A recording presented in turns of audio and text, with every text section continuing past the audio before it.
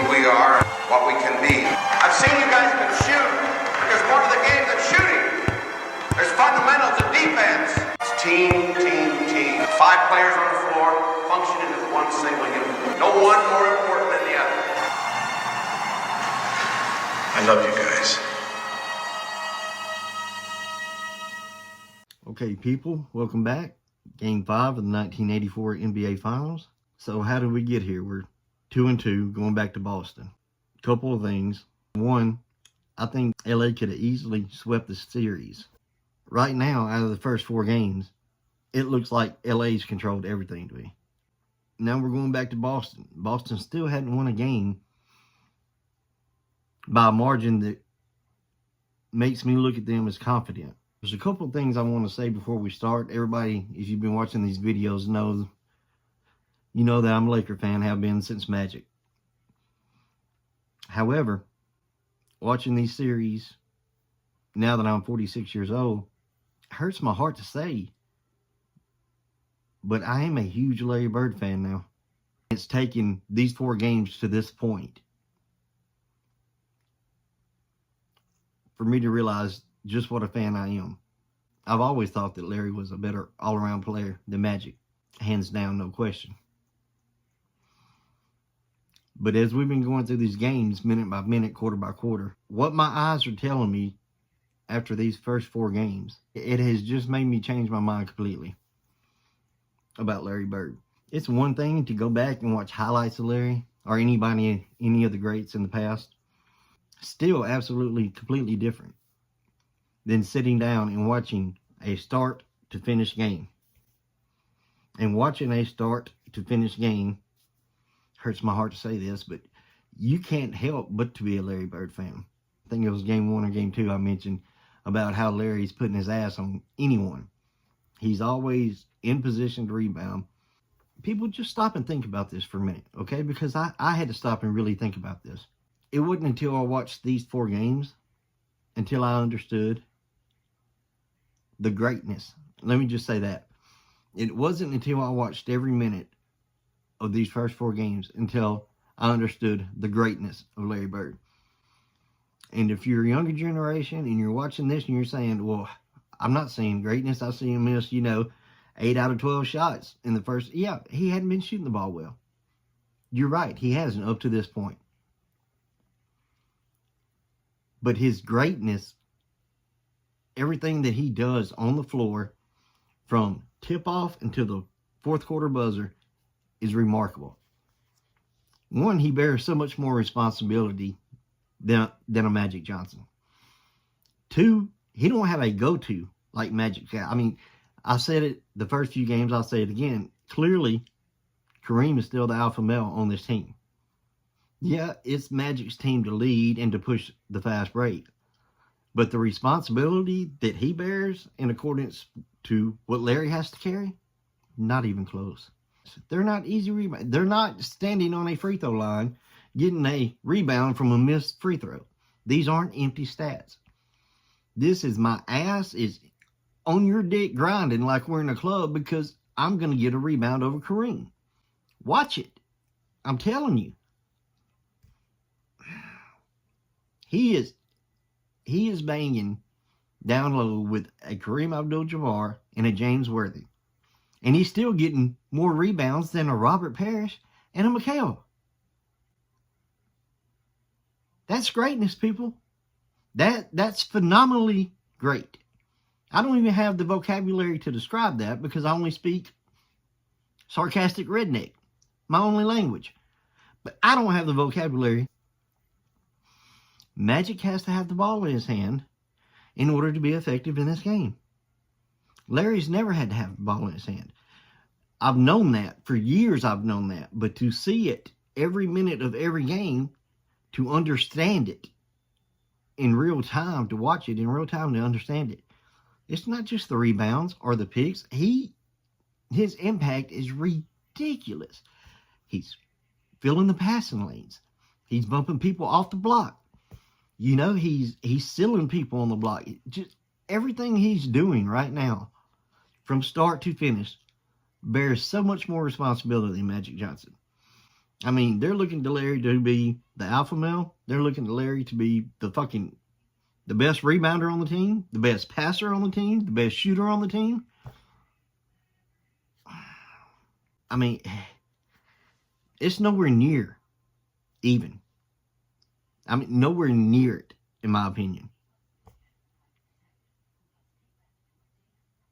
And for a Magic Johnson Laker fan, to actually be cheering for Boston,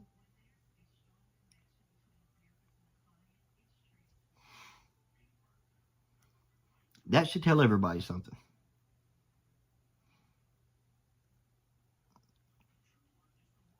The work he puts in, the heart he has, and the work he puts in.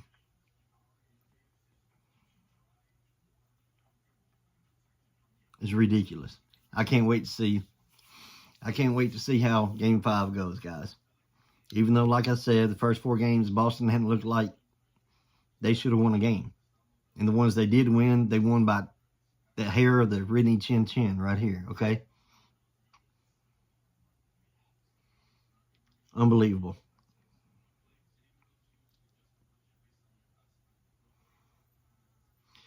All right, well, let's jump into Game 5 and see what we can see, guys.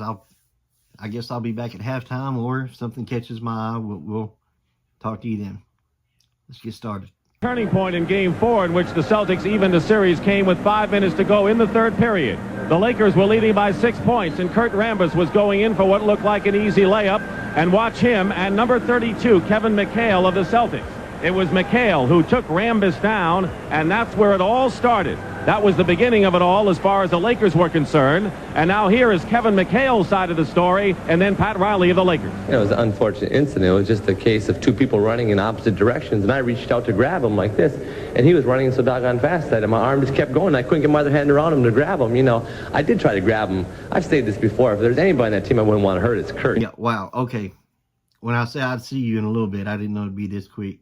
Really, McHale? I mean, really?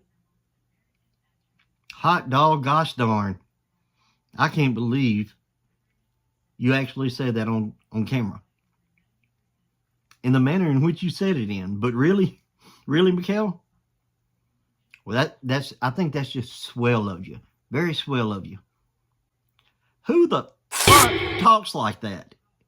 Nobody. Get the... Moving on. It's a sauna bath here at Boston Garden.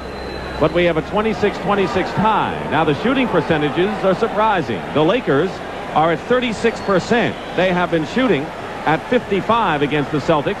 And Boston, that hasn't seen the light of day, of 50% shooting, are at that mark right now. So far, this is the best shooting game the Celtics have had. I'll tell you, Bird is just responsible for a lot of that underneath the basket. They have, and Dennis Johnson from the outside. But they have not really put a typical Celtic offensive quarter together yet in this series. You know, the Celtics have doubled the Lakers in fast break points, which is another eye-opener, as Kevin McHale, who starts the second period and is playing with 3 personal fouls, gets the first point, and the Celtics lead 28-26.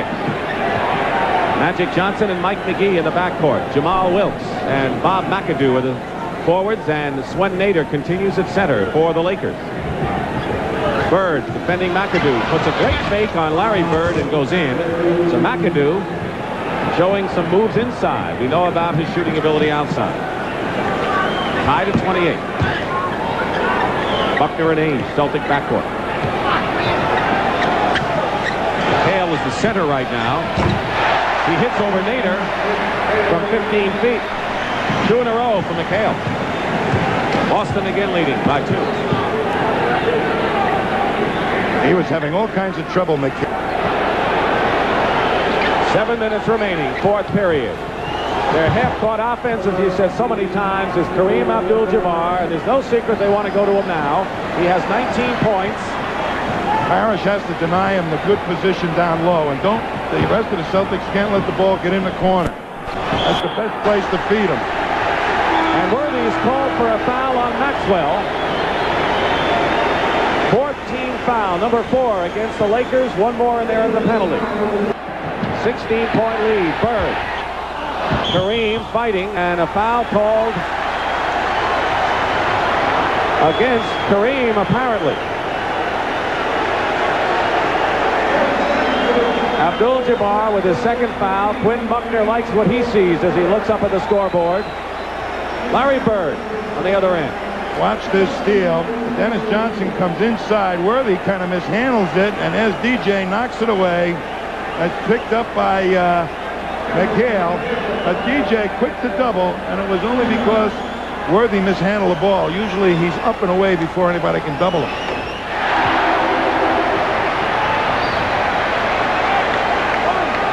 You know, when you can smell victory, you put all the extraneous things aside. Heat, cold, rain. You know, some of these buildings just a leak. Yeah, but the Los Angeles Lakers smelled victory twice in games 2 and 4 and didn't do that. Yes, I think they have, and they blew 2 golden opportunities. Kareem out to Cooper, going for 3 points. He's hit 2 of them so far. That one wasn't close, and it's Boston ball. This was actually the first game, in my opinion, that Boston has won convincingly. I mean, walking away from this game, even though you're at home, this is the only game out of the series to this point that I can say that's a comfortable win. So now we got Boston up 3-2 going back to LA for game 6. Okay, into the lines then. Let's go back to LA. I'll see you guys there. Thanks for hanging out.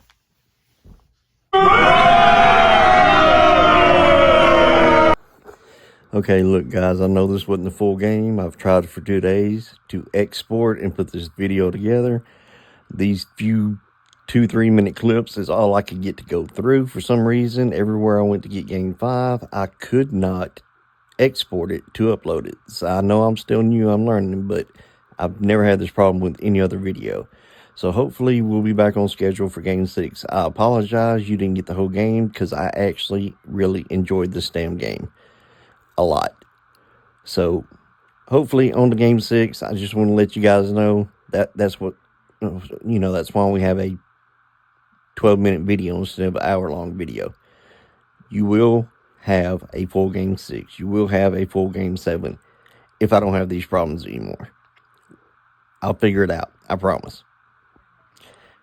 Thanks for hanging out. I'll see you next video.